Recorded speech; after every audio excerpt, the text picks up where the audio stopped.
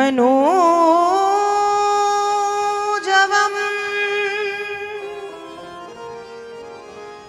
मारुततुल्यवेगम्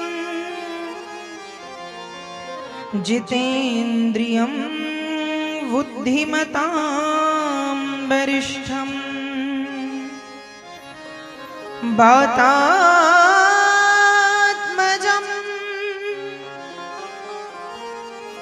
वानरयूथमुख्यम्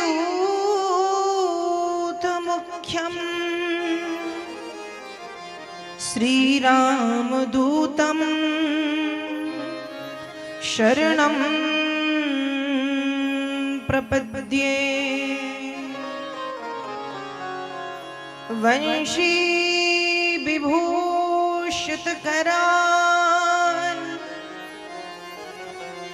नवनीरदाभान्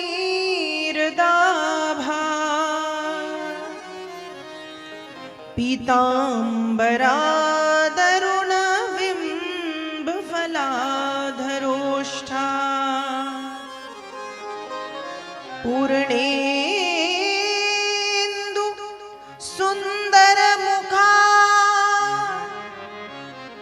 दरविन्दनेत्रात् कृष्णात् परं किमपि तत्त्वमहं न जाने। राधा भक्ति हरिर्ज्ञानं ताभ्यां या च समन्विता तां श्रीं भागवतीं गाथां वन्दे युगलरूपिणी। नारायणं नमस्कृत्य नरं चैव नरोत्तमं देवीं सरस्वतीं व्यासं ततो जयमुदीरये।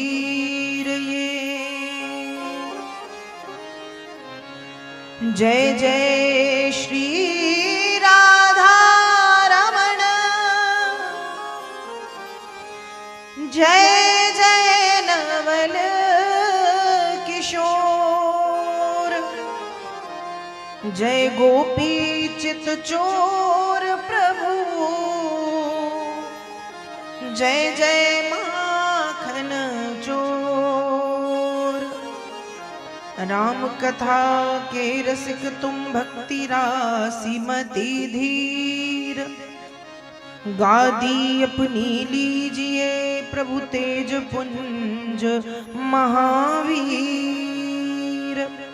आइए हनुमंत जी विराजिए, बोलिए श्री हनुमंत लाल जी महाराज की।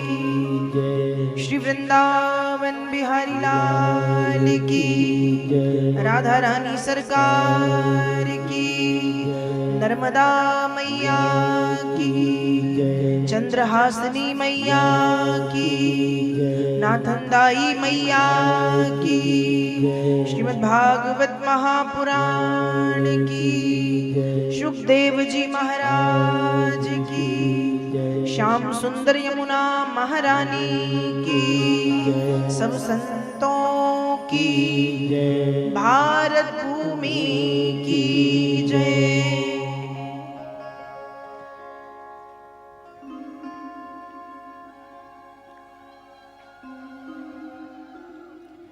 यहाँ पर उपस्थित समस्त श्रद्धालु भक्तजन, विद्वज्जन, आदर्श चरित्र करुणामयी ममतामयी त्यागमयी माताएं बहनें, छोटे छोटे से बाल वृंद, कथा सुनने के लिए पधारे समस्त भगवत कथा प्रेमी जन, यूट्यूब चैनल के माध्यम से भगवत कथा से जुड़ रहे समस्त श्रद्धालु भक्तजन, आप सब मेरा प्रणाम स्वीकार करें। आइए कथा श्रवण करने से पूर्व मन एवं वाणी को पवित्र करने के लिए कुछ क्षण भगवान के पावन नाम का संकीर्तन करें। भाव से सभी गाएं। वाणी का सहयोग ताली सेवा अवश्य प्रदान करते हुए सभी गाएंगे, सभी बोलेंगे।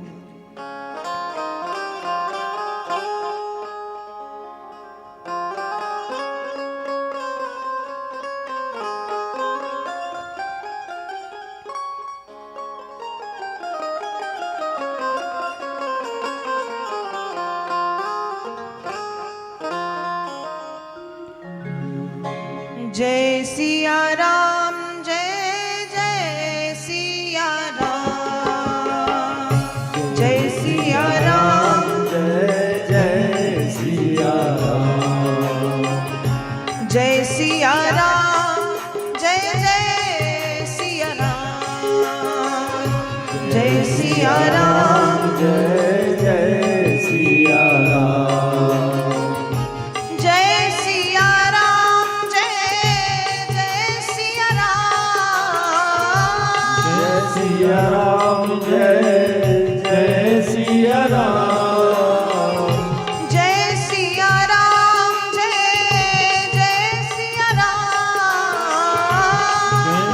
राम, जय जय सिया राम, जय सिया राम, जय जय सिया राम, जय सिया राम, जय जय सिया राम, जय सिया राम, जय जय सिया राम, जय सिया राम, जय जय सिया राम, श्री राम जय राम, जय जय राम, श्री राम जय राम, जय जय राम, कौशल्या के प्यारे राम, कौशल्या के प्यारे राम, दशरथ राज दुलारे राम, दशरथ राज दुलारे राम, श्री राम जय राम, जय जय राम, श्री राम जय राम, जय जय राम, श्री राम जय राम, जय जय राम, श्री राम जय राम, जय जय राम, श्री राम जय राम, जय जय राम, श्री राम जय राम, जय जय राम, कहि रीछ पति सुनु हनुमाना, हरि पति सुन हनुमाना, का चुप साधी रहे बलवाना, का चुप साधी रहे बलवाना, पवन तनय बल पवन समाना, पवन तनय बल पवन समाना, बुद्धि विवेक विज्ञान निधाना, बुद्धि विवेक विज्ञान निधाना, राम काज लगी तब अवतारा, राम काज लगी तब अवतारा, सुनतहि भयउ पर्वताकारा, सुनतहि भयउ पर्वताकारा, जय जय जय हनुमान गोसाई, जय जय जय हनुमान गोसाई, कृपा करहु गुरुदेव की नाई, कृपा करहु गुरुदेव की नाई, श्री राम जय राम, जय जय राम, श्री राम जय राम, जय जय राम, कौशल्या के प्यारे राम, कौशल्या के प्यारे राम, दशरथ राज दुलारे राम, दशरथ राज दुलारे राम, श्री राम जय राम, जय जय राम, श्री राम जय राम, जय जय राम, श्री राम जय राम, जय जय राम, श्री राम जय राम,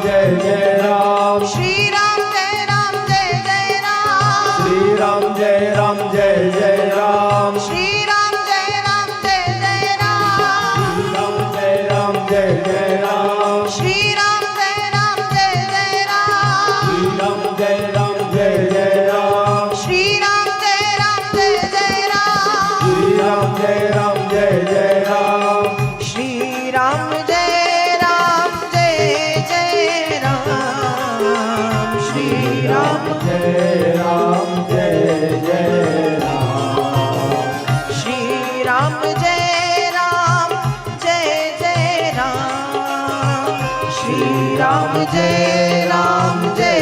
जय राम श्री राम जय जय राम श्री राम जय जय राम श्री राम जय जय राम श्री राम जय जय राम श्री राम जय जय राम श्री राम जय जय जय राम श्री राम जय जय राम श्री राम जय जय राम श्री राम जय जय राम। बोलिए श्री वृंदावन बिहारी लाल की जय, राधा रानी सरकार की जय, नर्मदा मैया की, चंद्रहासिनी मैया की जय।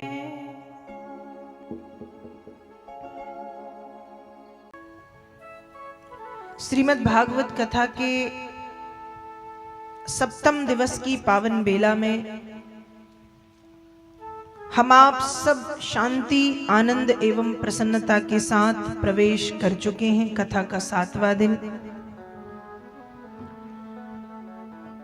विगत 6 दिनों से आप सभी टिमरलगा ग्राम के भक्त एवं आसपास के क्षेत्रों से, गांव से आए हुए सभी कथा प्रेमी जन बड़े सुंदर रूप से आप कथा को श्रवण कर रहे हैं और आज कथा अपने पूर्णता की ओर है। देखिए, मैं हमेशा कहती हूं कि भगवान की जो कथा है वो पूर्ण नहीं होती। भगवान की कथा पूरी नहीं होती। गोस्वामी जी मानस में लिखते हैं, हरि अनंत हरि कथा अनंता। हरि अनंत है और हरि की कथा भी अनंत है। जैसे हरि के आदि और अंत को आज तक कोई नहीं समझ पाया, वैसी ही स्थिति कथा की है कि कथा का भी अंत नहीं है। कथा पूर्ण नहीं होती कभी। लेकिन एक नियम बनाया कि 7 दिन, 9 दिन, 11 दिन में कथा को विराम दिया जाए, क्योंकि भगवान की जो कथाएं हैं वो अनंत हैं। और ध्यान रखिएगा कि भगवान की जो कथाएं हैं वो मानव जीवन के दुखों को समाप्त करने वाली है। मानव जीवन के शोक को समाप्त करने वाली है भगवत कथा। यदि देखा जाए तो मनुष्य के जीवन में आप देखेंगे कि जन्म से लेकर के मृत्यु तक केवल दुख है। ध्यान से सुनना, मानव के जीवन में जन्म से लेकर के मृत्यु तक केवल दुख है। जन्म दुखम, जरा दुखम, जाया दुखम पुनः पुनः, अंत काले महादुखम तस्मात् जाग्रहि जाग्रहि। जन्म दुखम, सबसे पहले तो जन्म लेना ही दुख है, जन्म लेना ही दुख है। जब हम जन्म लेते हैं, जब हम पैदा होते हैं, तभी हमें दुख होता है, पीड़ा होती है, कष्ट होता है। माँ जब हमें जन्म देती है तो माँ को भी कष्ट होता है। भागवत में लिखा है कि जन्म दुखम, जन्म लेना दुख की बात है, पर गरुड़ पुराण कहती है कि जन्म के 4 महीने 6 माह पहले से, 4-6 महीने पहले से ही आने वाली संतान को पेट के भीतर से ही कष्ट होने लगता है। कैसे भाई? माँ कड़वा खाए तो भीतर वाली जो संतान है उसको तकलीफ होती है, माँ नमक ज्यादा खाए तो तकलीफ होती है, माँ तीखा कड़वा नमक जो भी खाए बच्चे को कष्ट होता है। तो जन्म लेना दुख है, और जन्म के 4 महीने पहले से, 6 महीने पहले से दुख होने लगता है, पेट में तकलीफ होने लगती, जब हम माँ के पेट के भीतर हैं तब। और फिर पैदा होने के बाद तो पूछो ही मत, कितने कष्टों से हमें गुजरना पड़ता है, कितने कितने दुख हमारे जीवन में आते हैं। तो जन्म दुखम, जरा दुखम। जरा कहते हैं वृद्धावस्था को। जब वृद्धावस्था आती है, जब बुढ़ापा आता है, तब भी कष्ट होता है। कथा के दूसरे तीसरे दिन मैंने आपको बताया भी था कि जब वृद्धावस्था आती है तो सुन नहीं सकते हम, बोलते नहीं आता हमसे, दांत वांत टूट जाते हैं, बैठते नहीं बनता, कमर में दुख दर्द होता है, इंद्रियां, शरीर हमारा शिथिल पड़ जाता है, शरीर जर्जर हो जाता है। तो जरा दुखम, वृद्धावस्था में भी कष्ट होता है।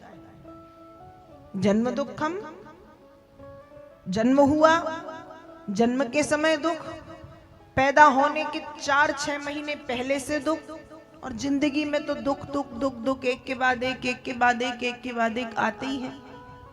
तो जन्म दुखम, जरा दुखम, फिर वृद्धावस्था में दुख, फिर आगे लिखा जाया दुखम पुनः पुनः। संतान से एक बार नहीं, बार बार दुख की प्राप्ति होती है। कैसे? जिसकी संतान है वो दुखी है। क्यों दुखी है? कि संतान की नौकरी लग जाए, संतान का विवाह हो जाए, संतान पढ़ लिख जाए, संतान कुछ बन जाए। जिसकी संतान है वो दुखी है उसकी चिंता करके। और यदि संतान अच्छी निकल गई तो ठीक है, और बुरी निकल गई तो दुखी है। संतान है तो दुख है, और संतान नहीं है तो दुख है। संतान है तो इस बात का दुख है कि बेचारे की नौकरी नहीं लग रही, बेचारे का विवाह नहीं हो रहा, बेचारा ऐसा बेचारा वैसा, और गलत निकल गई तो हमारी संतान तो बहुत बुरी है। इससे अच्छा तो भगवान संतान ही ना देते।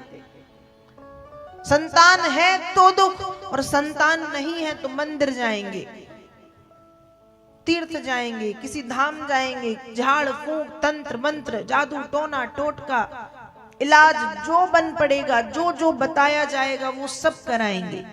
क्यों? एक संतान हो जाए, एक पुत्र हो जाए, एक बेटी हो जाए, एक बेटा हो जाए, एक संतान भगवान दे दें बस।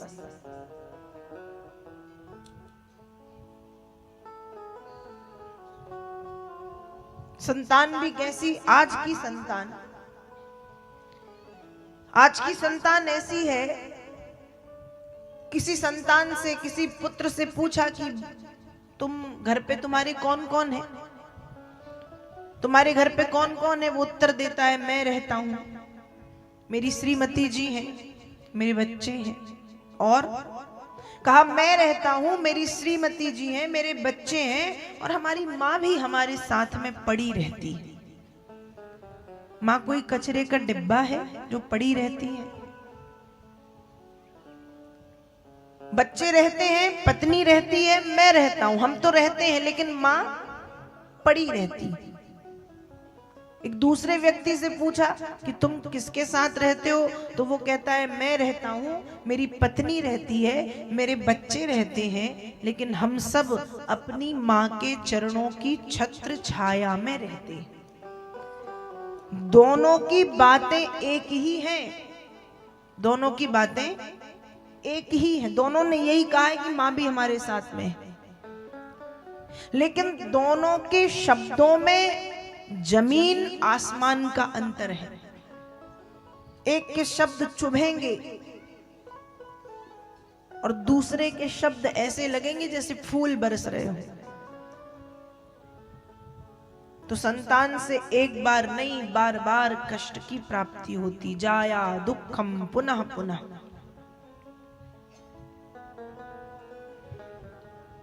आज कलयुग में भारत में शायद ही पहले वृद्धाश्रम थे कभी,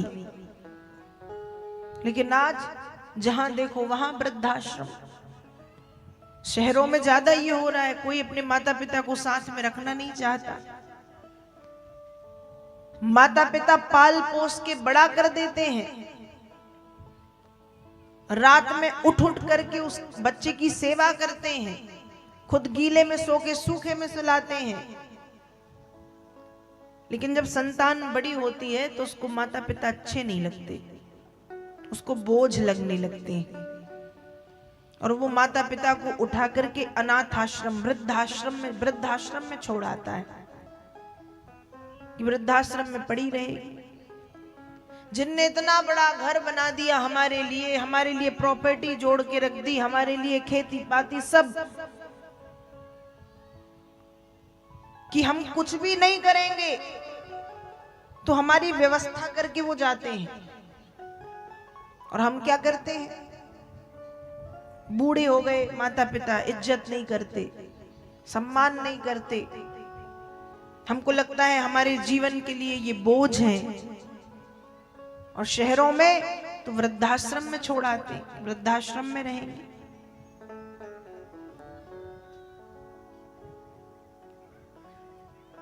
ध्यान रखिएगा,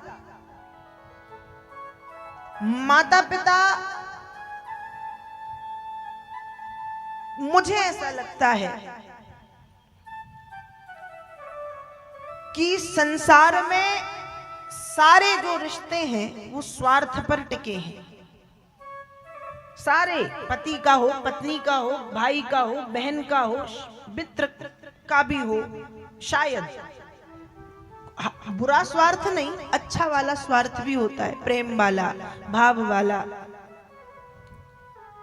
कि संतान माता पिता की संपत्ति पाकर के तो बहुत घमंड करता है या करती है, पर माता पिता की संपत्ति, माता पिता के धन पर घमंड किया तो कैसा घमंड? घमंड तो तब होना चाहिए कि कमाए संतान और घमंड माता पिता करें। कमाए संतान और घमंड माता पिता करें, तब जीवन का आनंद है, तब जीवन का आनंद है। तो माता पिता प्रत्यक्ष देवता हैं, भगवान हैं, ऐसा मान करके हमें उनकी सेवा करनी चाहिए। किसी भी स्थिति में, किसी भी परिस्थिति में जो हमें जन्म देने वाले हैं, पालन पोषण करने वाले हैं, पढ़ाने लिखाने वाले हैं, हर सुख दुख में हमारे साथ खड़े होने वाले हैं, जब वे वृद्ध हों तो हमें भी पूरी समर्पित भाव से, पूर्ण समर्पित भाव से उनकी सेवा करनी चाहिए। लेकिन श्लोक कहता है जाया दुखम पुनः पुनः। संतान से एक बार नहीं, बार बार कष्ट की प्राप्ति होती। और जन्म दुखम, जन्म लेना दुख, जरा दुखम, वृद्धावस्था दुख, जाया दुखम, संतान से एक बार नहीं बार बार दुख, पुनः पुनः। अंत काले महादुखम, जब अंत काल आता है तो बहुत कष्ट होता है। गरुड़ पुराण तो यह तक कहती है कि जब व्यक्ति को यमराज के दूत लेने के लिए आते हैं, जब व्यक्ति के मृत्यु का समय निकट आता है ना, तो इतना कष्ट होता है जैसे शरीर में सैकड़ों हजारों लाखों बिच्छू एक साथ डंक मार रहे हो, एक साथ काट रहे हो। इतना कष्ट होता है अंत समय। और यदि उस अंत समय को सुधारना है, हमें अपने उस अंत समय को यदि सुधारना है, तो हमें भगवान नाम को जीवन में धारण करना पड़ेगा। अब आप कह सकते हो कि हम पहले दिन से सुन रहे भगवान का नाम, भगवान का नाम, भगवान का नाम, तो क्या भगवान का नाम लेने से हम मरेंगे नहीं? क्या भगवान का नाम लेने से हमारे जीवन में परेशानियां, दुख नहीं आएंगे? बिल्कुल आएंगे। आपने जो कर्म किए हैं ना पूर्व जन्म में, प्रारब्ध में, वो फल तो भोगना पड़ेगा, लेकिन भगवान के नाम के प्रभाव से वो जो इतना बड़ा बन के आना है वो छोटा बन करके निकल जाएगा। भगवान के नाम के प्रभाव से यमराज के दूत की जो यातना है, जो यमराज हमको यातनाएं देते हैं अंत समय, उस यातना से हम बच जाएंगे। भगवान के नाम का यदि आश्रय समय रहते हमने ले लिया तो। लेकिन आज बड़ी विडंबना है, आज एक बहुत बड़ी विडंबना है कि समय और समझ, ये दोनों किस्मत वालों को मिलता है। समय और समझ ये दोनों एक साथ किस्मत वालों के जीवन में आता है, क्योंकि जब समय चलता रहता है तो समझ नहीं होती, और जब समझ आती है तो समय निकल जाता है। समय रहते समझ जाओ, समय रहते समझ जाओ कि हमें अपने जीवन में अपनी गति को सुधारना है और भगवान नाम का आश्रय लेना है, भगवान नाम को धारण करना है। तो जन्म दुखम, जरा दुखम, जाया दुखम, पुनः पुनः। जन्म लेना दुख है, संतान से दुख मिलता है, वृद्धावस्था में दुख मिलता है, और अंत समय में भी दुख मिलता है। इसलिए जागिए, तस्मात् जागृहि, जागो, सुख का उपाय खोजो। और सुख का उपाय क्या है? सुख का उपाय सिर्फ और सिर्फ हरि नाम है। सुख का उपाय सिर्फ और सिर्फ हरि नाम है। और विगत 7 दिनों से, आज कथा का 7वां दिन है, आप हरि नाम की महिमा को सुन रहे हैं। पहले दिन से मैंने आपको हरि नाम की महिमा बताने का प्रयास किया है। यदि आपने कथा ध्यान से सुनी हो तो हरि नाम अद्भुत है। इसलिए जागिए और हरि नाम का सहारा ले लो, जीवन धन्य और जीवन सार्थक हो जाएगा। क्योंकि हरि नाम ही सार है, बाकी सब बेकार है। हरि नाम ही सार है, बाकी सब बेकार है। और चाहे बड़े बड़े महात्मा हो, यहाँ हरि नाम का मतलब ये नहीं कि हम दिन रात माला लेकर के बैठे रहें। हरि नाम का मतलब यह है कि अपने जीवन में अपने कार्यों को करते हुए, अपनी जिम्मेदारियों का निर्वहन करते हुए, जो एक संतान की है, जो एक माता पिता की है, जो एक गुरु की है, एक शिष्य की है, या एक पति की है, एक पत्नी की है, या एक नागरिक की है, उन जिम्मेदारियों को पूरा करते हुए थोड़ा थोड़ा थोड़ा थोड़ा थोड़ा थोड़ा भजन हमको करते रहना चाहिए, तब हमारा जीवन धन्य है। तो जागिए, सुख का उपाय खोजो, क्योंकि जीवन में सुख है नहीं, खोजना पड़ेगा। जीवन तो दुखों से भरा पड़ा है। यदि देखा जाए तो वास्तव में जीवन दुखों से भरा पड़ा है, पर सुख खोजना पड़ेगा, और जब खोजेंगे तो मिल जाएगा, और नहीं खोजेंगे तो नहीं मिलेगा। इसलिए सुख को खोजने का प्रयास करें, सुख को ढूंढने की कोशिश करें, मिलेगा, हरि नाम में मिलेगा।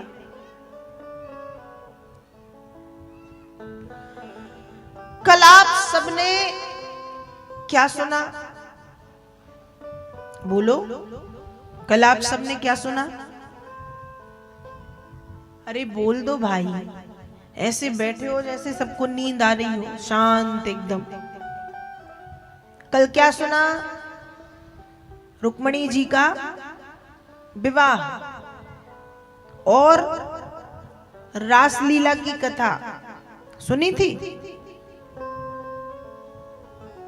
कल आपने सुना कि रुक्मणी जी का विवाह हुआ भगवान श्री कृष्ण के साथ, और भगवान श्री कृष्ण के 16,108 विवाह हुए। कितने विवाह हुए?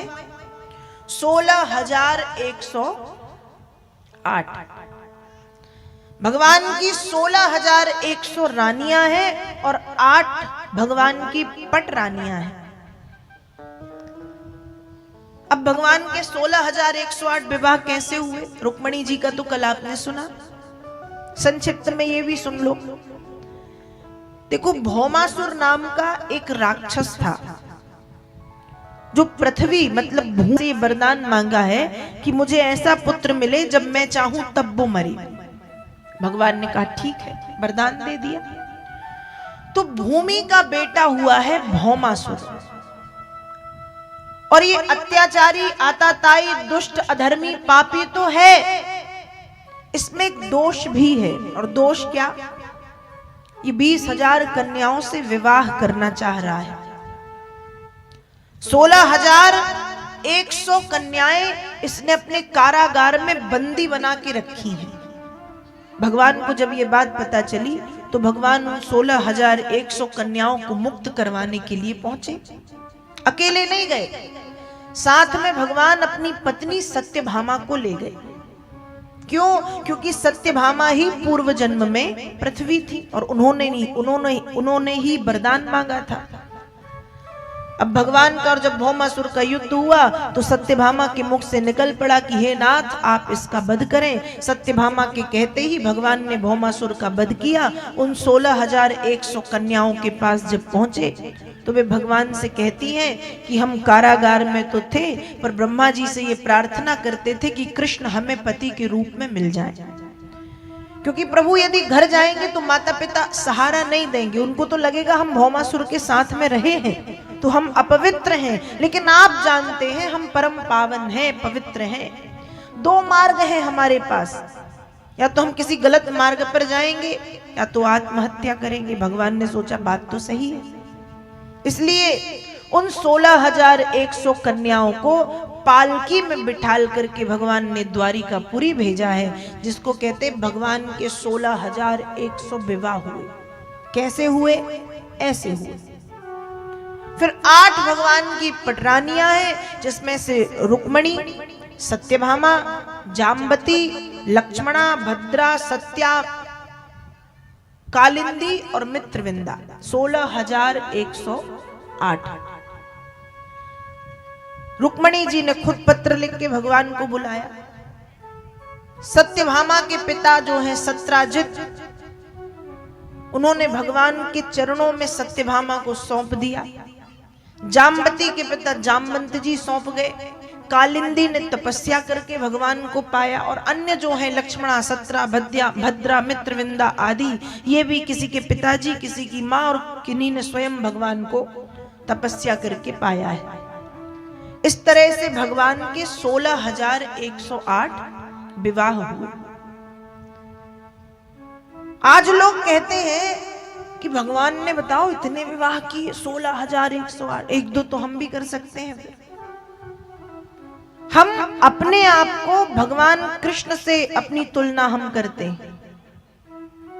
वो ब्रह्म है, वो 16 कलाओं के साथ इस पृथ्वी पर आए हैं, वो योगेश्वर कृष्ण है। हमको ये दिखता है कि उन्होंने 16,108 विवाह किए। हमको ये नहीं दिखता कि जब वो 6 दिन के थे तब उनने पूतना नाम की राक्षसी को मारा था। जब वो 7 साल के थे तब उन्होंने लंबे चौड़े गिरिराज गोवर्धन पर्वत को अपनी छोटी उंगली कनिष्ठिका पर उठाया था। हमको ये नहीं दिखता कि 101 फणों वाले कालिया नामक विषधर सर्प पर उन्होंने नृत्य किया था। तुम एक ही सांप एक फण वाला पकड़ के बता दो, हमको ये नहीं दिखता। यदि घी के डिब्बे में मक्खी चली जाए, घी के डिब्बे में मक्खी जाए तो मक्खी को फेंकते हो कि घी को फेंकते हो? बोलो भाई, मक्खी को फेंकते हो ना, घी को ऐसे नहीं, घी का डिब्बा उड़ेल दिया नाली में, नहीं करते ना। तो हम अपने सिद्धांत अपने अनुसार चलाते हैं, अपने नियम हम अपने हिसाब से बना लेते हैं। चाय में मक्खी गई तो चाय फिक जाएगी, लेकिन 5 लीटर दूध में एक मक्खी चली जाए तो फेंकोगे? अरे मक्खी तो उठा के, मक्खी अलग की दूध उबाल दिया, घी में चली जाए मक्खी अलग की घी रख दिया। तो वैसे ही जब भगवान ने विवाह की बात आई तो रे भगवान ने 16,108 किए, तो उनने ये भी तो किया, गिरिराज जी को उठाया, 101 फणों वाले कालिया नामक विषधर सर्प पर नृत्य किया। 6 वर्ष के थे, 6 दिन के थे और पूतना का वध किया, और न जाने कितने कितने कितने राक्षसों को मारा, ये भी तो किया। हमको ये नहीं दिखता, हमको सिर्फ वो दिखता, विवाह रास, हमको सिर्फ अपना अपना दिखाई देता है। तो कल आप सबने सुना कि भगवान का विवाह रुक्मिणी जी के साथ हुआ है, और भगवान के 16,108 विवाह हुए। भगवान के जीवन में बचपन से परेशानियां आई हैं। आज हमारे जीवन में छोटी मोटी परेशानी आती है तो हम गुब्बारे जैसा मुंह फुला के बैठ जाते हैं, अरे राम राम, जीवन में बड़ा दुख, भगवान ने तो बहुत दुख दिया। दुनिया से, अपने घर से थोड़ा बाहर निकल के देखो, आस पड़ोस में झांको, हर जगह दुख है। ऐसा कोई व्यक्ति नहीं मिलेगा जिसके जीवन में कोई परेशानी ना हो, सभी दुखी मिलेंगे। कोई कहेगा ऐसे दुखी, कोई कहेगा वैसे दुखी। बड़े से बड़ा धनवान व्यक्ति भी यदि है तो वो भी कहेगा कि सब तो ठीक है, लेकिन ये कमी रह गई। सब दुखी हैं, सब दुखी हैं। सुखी कौन है? सुखी कौन है? तुलसीदास जी महाराज का एक बड़ा सुंदर भाव आता है कि दीन कहे धनवान सुखी, दीन कहे धनवान सुखी, धनवान कहे सुख राजा को भारी, राजा कहे महाराज सुखी, महाराज कहे सुख इंद्र को भारी, इंद्र कहे ब्रह्मा सुखी, ब्रह्मा कहे सुख विष्णु को भारी, और तुलसीदास विचार करे, हरि नाम बिना सब जीव दुखारी, हरि नाम बिना सब जीव दुखारी। दीन व्यक्ति कहेगा धनवान सुखी है, धनवान कहेगा राजा सुखी है, राजा कहेगा महाराज सुखी है, महाराज कहेगा इंद्र सुखी है, इंद्र कहेगा ब्रह्मा सुखी है, ब्रह्मा कहेंगे विष्णु सुखी है, और अंत में सार क्या निकला कि तुलसीदास विचार करें, हरि नाम बिना सब जीव दुखारी। यदि व्यक्ति के जीवन में हरि नाम नहीं है तो उनके जीवन में सुख आ ही नहीं सकता, उनके जीवन में सुख आ ही नहीं सकता। तो कहने का भाव है कि भगवान कृष्ण जब जन्म लेते हैं, भगवान के जीवन में तब से दुख है। हमको क्या लगता है भगवान है तो वो दुखी नहीं होंगे क्या? बिल्कुल दुख था उनके जीवन में। सबसे बड़ा दुख, हम अस्पताल में पैदा होते हैं, हम घर में पैदा होते हैं, लेकिन भगवान कहां पैदा हुए? कहां पैदा हुए? बोलो, कारागार में, जेल में पैदा हुए। अब पैदा हुए नहीं कि उनको जाना है कहां? गोकुल। गोकुल पहुंचे हैं, 6 दिन के हैं कि पूतना आ गई। 6 दिन के हैं और पूतना आ गई। पूतना को मारा। फिर थोड़े थोड़े जब बड़े हुए तो शक्टासुर, तृणावर्त, अघासुर, बकासुर, कागासुर, धेनुकासुर, प्रलंबासुर, व्योमासुर। और सुर, ये असुर तो ठीक, सुर, सुर मतलब देवताओं ने भी नहीं छोड़ा। इंद्र ने सताया, गिरिराज जी उठाना पड़ा। ब्रह्मा जी की बुद्धि में भ्रम आ गया तो ब्रह्मा जी ने परीक्षा ले ली, सबने परेशान किया। फिर मथुरा आए, कंस को मारा। अब कंस को मारा तो भगवान को लगा कि शायद मेरे जीवन से अब दुख चले जाए, अब कोई परेशानी नहीं, क्योंकि सारी परेशानियों की जो जड़ थी वो कौन? कंस। वो मर गया। भगवान को लगा अब स्वतंत्रता से मथुरा में राज्य करूंगा, लेकिन जैसे ही कंस मरा, अभी तक मामा पीछे पड़ा था और मामा मर गया तो मामा का ससुर पीछे पड़ गया। कौन पीछे पड़ गया? मामा का ससुर। मामा का ससुर कौन? जरासंध। कंस की 2 पत्नियां हैं, अस्ति प्राप्तिश्च कंसश्च महिष्यौ भरतर्षभा मृते भर्तरि दुःखार्ते इर्यतु स्म पितुर्ग्रहाण। कंस की 2 पत्नियां हैं, अस्ति और प्राप्ति, और जरासंध की बेटियां हैं। जब कंस मारा गया तो ये दोनों रोती हुई वैधव्य वाले रूप को धारण करके अपने पिता के घर पहुंची, और जरासंध को ज्ञात है कि मेरी बेटियों की इस हालत का जिम्मेदार कृष्ण है। मन में सोच लिया मार डालूंगा, और एक बार नहीं 17 बार जरासंध ने भगवान के ऊपर 23 अक्षौहिणी सेना लेकर के आक्रमण किया। 17 बार भगवान ने जरासंध को हराया। 18वीं बार जब आक्रमण की बारी आई, उस समय आक्रमण करने से पहले 11,000 ब्राह्मणों को जरासंध ने बुलाया, और 11,000 ब्राह्मणों को बुला करके कहा कि सुनो, मेरे लिए एक अनुष्ठान करो। अनुष्ठान क्या? कि मैं कृष्ण को जब 18वीं बार मारने जाऊं तो या तो वो मर जाए, और मरे ना तो कम से कम हार जाए। ब्राह्मणों ने अनुष्ठान का संकल्प तो ले लिया। जरासंध ने कहा सोच लो, संकल्प लिया है, यदि कुछ भी नहीं बिगड़ा उसका तो तुम सबको मार डालूंगा, तुम्हारे परिवार समेत। अब ब्राह्मण डर गए कि ये तो बड़ी बुरी बात है, क्या किया जाए। सारे ब्राह्मण 11,000 ब्राह्मण भगवान की शरण में पहुंचे, और 11,000 ब्राह्मण जब भगवान की शरण में पहुंचे कि प्रभु कृपा करो, प्रभु कृपा करो, तब भगवान ने कहा कि ठीक है, आप चिंता ना करें। और 11,000 ब्राह्मणों के प्राणों की रक्षा के लिए 18वीं बार जब जरासंध ने भगवान पर आक्रमण किया तो भगवान ने हार स्वीकार कर ली। नहीं तो जो 17 बार जीत सकते हैं, क्या वो 18वीं बार नहीं जीत सकते? जो 17 बार सामने वाले को हरा सकते हैं, क्या वो 18वीं बार नहीं हरा सकते? बिल्कुल हरा सकते हैं।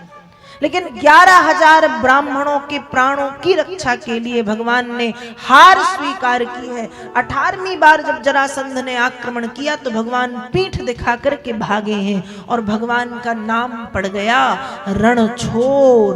बोलिए रणछोर भगवान की। रणछोर बनकर के गोविंद भागे 18वीं बार। प्रवर्षण पर्वत पर गए भगवान। कहां गए? प्रवर्षण पर्वत पर। समय बीता है, प्रवर्षण से जब भगवान लौटे हैं, इसी बीच में कालयवन नाम का म्लेच्छों का एक और राजा, जो जरासंध के समकक्ष ही है और आताताई है, निमित्त कुंद को भगवान ने उसकी जीवन लीला भी समाप्त की। जरासंध को 17 बार हरा के 18वीं बार उससे भागे हैं भगवान प्रवर्षण पर। और प्रवर्षण से जब भगवान लौटे हैं तो महाराज युधिष्ठिर का मन हुआ है कि मुझे राजसूय यज्ञ करना है। और जब राजसूय यज्ञ की बात आई तो सबने अपने अपने सेवा कार्य स्वीकार किए। वेदव्यास जी भागवत में लिख रहे हैं, गुरु शुश्रूषणे जिष्णु कृष्णा पादावने जने परिवेशणे द्रुपदजा करणे दाने महामना। जब राजसूय यज्ञ की बात आई तो सब इतने खुश हो गए, सब अपने आप कह रहे, अर्जुन कह रहे हैं मैं गुरुओं की सेवा करूंगा। नकुल सहदेव ने कहा कि हम अतिथियों का सत्कार करेंगे। कर्ण ने कहा मैं दान देने का कार्य करूंगा। दुर्योधन बोला मैं कोषाध्यक्ष का कार्य संभाल लूंगा। भीम ने कहा मैं भोजनालय की देखरेख करूंगा। द्रौपदी बोली मैं भोजन परोसने का काम करूंगी। इसी बीच भगवान कृष्ण ने कहा कि युधिष्ठिर बड़े भैया मुझे भी कोई सेवा काम दो। युधिष्ठिर कहते हैं कि हे कृष्ण, हम आपको सेवा का काम कैसे दे सकते हैं, आप तो स्वयं यज्ञ पुरुष हैं। भगवान बोले आप मुझे सेवा का कार्य दो या ना दो, मैंने मेरा सेवा का कार्य अपने आप ले लिया है। तो सभी ने पूछा कृष्ण आप क्या करेंगे? भगवान उत्तर दे रहे, कृष्णा पादा बने जने, जो लोग यज्ञ में आएंगे उनके पैर धोने का काम मैं करूंगा। भगवान ने कौन सा काम लिया? पैर धोने का। भगवान कौन है? जगन्नाथ। और दुनिया जगन्नाथ के पैरों को धोने के लिए तरसती है। और वो जगन्नाथ कह रहे हैं कि जो लोग यज्ञ में आएंगे उनके पैर मैं धोऊंगा। ध्यान रखिएगा, इतनी सरलता होनी चाहिए, क्योंकि सरलता से किया गया छोटे से छोटा कार्य बड़ा बन जाता है और अहंकार से किया गया बड़े से बड़ा कार्य भी बिगड़ जाता है। इसलिए व्यक्ति के प्रत्येक काम में सरलता, सहजता, विनम्रता का होना जरूरी है। कहते हैं ना, जो पेड़ जितना फलों से भरा हुआ होता है वो उतना झुका हुआ होता है, और जिस पेड़ में फल नहीं होते वो सीधा खड़ा होता है। सरलता व्यक्ति के जीवन का श्रृंगार है। सरलता व्यक्ति के जीवन का श्रृंगार है।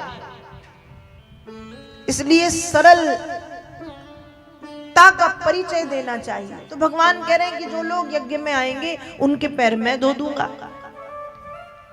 भगवान ने यहां कोई जात नहीं बताई कि ब्राह्मण के धो दूंगा, क्षत्रिय के धो दूंगा, या गुरु जी के, या गुरुजनों के, या संतों के, महात्माओं के धोऊंगा। भगवान क्या करे? जो यज्ञ में आएंगे उन सबके पैर मैं धोऊंगा। पैर धोने का कार्य भगवान ने स्वीकार किया। तब जब सभी ने अपने अपने सेवा कार्य ले लिए, तब भगवान युधिष्ठिर से बोले कि बड़े भैया ठीक है, सभी के भाव राजसू यज्ञ के प्रति बहुत अच्छे हैं, लेकिन जब तक हम जरासंध पर विजय प्राप्त नहीं करते तब तक हम यज्ञ नहीं कर सकते। जरासंध पर विजय प्राप्त करना जरूरी है। युधिष्ठिर ने कहा तो गोविंद ये काम तो सिर्फ आपके बस में है, आप कर सकते हो। तब भगवान अपने साथ भीम और अर्जुन को लेकर के जरासंध के पास भिक्षा मांगने के लिए पहुंचे हैं। और जरासंध जब भिक्षा देने के लिए आया तो भगवान बोले हैं कि हे जरासंध, मैं कोई सीधा मांगने वाला ब्राह्मण नहीं हूं, हम क्षत्रिय हैं और तुमसे मल्ल युद्ध का दान मांग रहे हैं, दोगे? जरासंध समझ गया, अच्छा तो तुम कृष्ण हो। हे कृष्ण, मैं तुम जैसे भागे हुए योद्धाओं से युद्ध नहीं करता। और रहा ये भीम, तो ये भीम मेरे जैसा बलवान नहीं और मेरी जोड़े का नहीं, ये अर्जुन मेरे जैसा बलवान नहीं और मेरी उम्र का नहीं, मैं अर्जुन से युद्ध नहीं करूंगा। और रहा ये भीम, ये मेरी उम्र का है और मेरे समान बलवान है, मैं भीम से युद्ध करूंगा। जरासंध और भीम का युद्ध शुरू हुआ। 27 दिनों तक भयंकर युद्ध चलता रहा। 28वें दिन भीम ने हाथ खड़े किए भगवान से। भीम बोले मैं नहीं जाऊंगा, मैं युद्ध नहीं करूंगा। भगवान ने कहा, भीम भैया आप ही तो कहते थे उस जरासंध को फाड़ डालूंगा, तिनके के जैसे चीर डालूंगा, ऐसे कर दूंगा, वैसे कर दूंगा। क्या आज आपकी वीरता कायरता में बदल गई? अरे महाराज जाओ और जाकर के युद्ध करो। भीम ने कहा मैं नहीं जाता, मुझे नहीं मरना, वो बड़ा बलशाली है। भगवान ने कहा जाओ तो सही, बस मेरी तरफ देखते जाना। भीम ने कहा ठीक है। 28वें दिन जब भीम युद्ध करने के लिए गए तो भगवान ने इशारा किया, एक तिनका लेकर के उसको बीच में से फाड़ के फेंक दिया। अब भीम ने जरासंध को एक बार नहीं कम से कम 20 बार बीच में से फाड़ के फेंका, पर सिर से सिर और पैर से पैर जुड़ जाने के कारण वो जीवित हो जाता। भगवान ने फिर इशारा किया कि बीच में से फाड़ो और विपरीत उल्टी दिशाओं में फेंको। और बीच में से फाड़ के जब विपरीत दिशा में फेंका गया तो जरासंध मारा गया। भीम को निमित्त बना करके भगवान ने जरासंध का वध कराया। जरासंध मृत्यु को प्राप्त हो गया। इस तरह से भगवान ने जरासंध को भी गति प्रदान कर दी। जरासंध कौन था, जरासंध का जन्म, जरासंध की मृत्यु, ये सब भगवान जानते थे।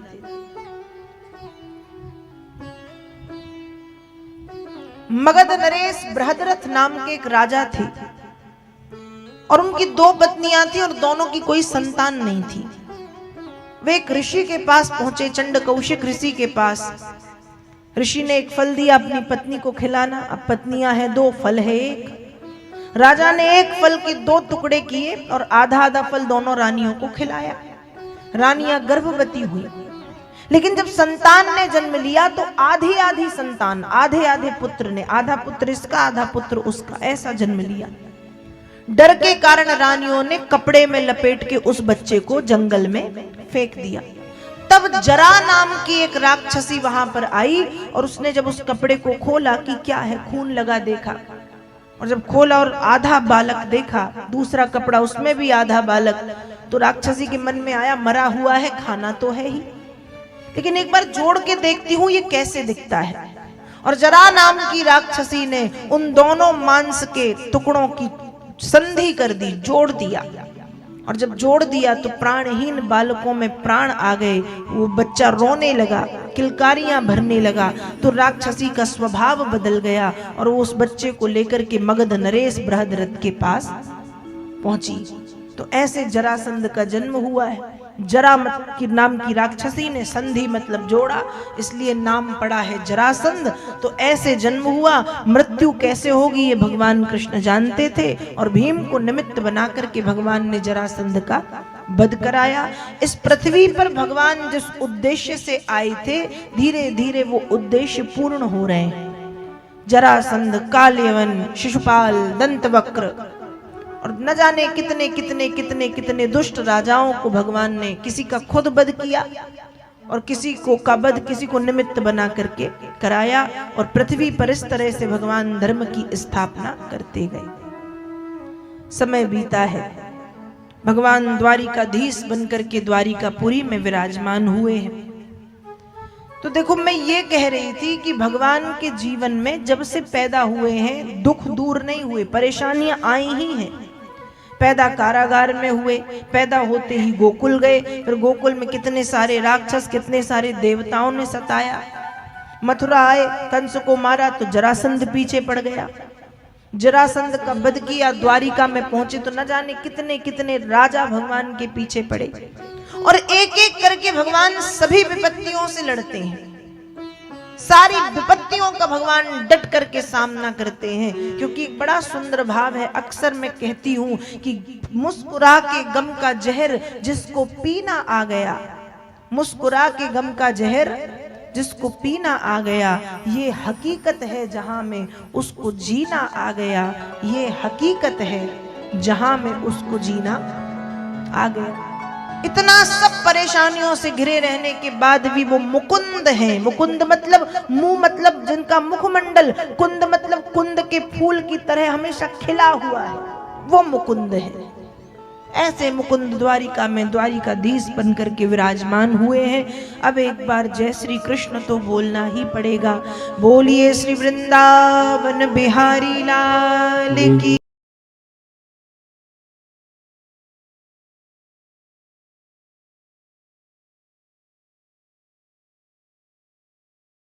आनंद टीवी से जुड़ने के लिए आप हमें व्हाट्सएप करें 9277395752 पर।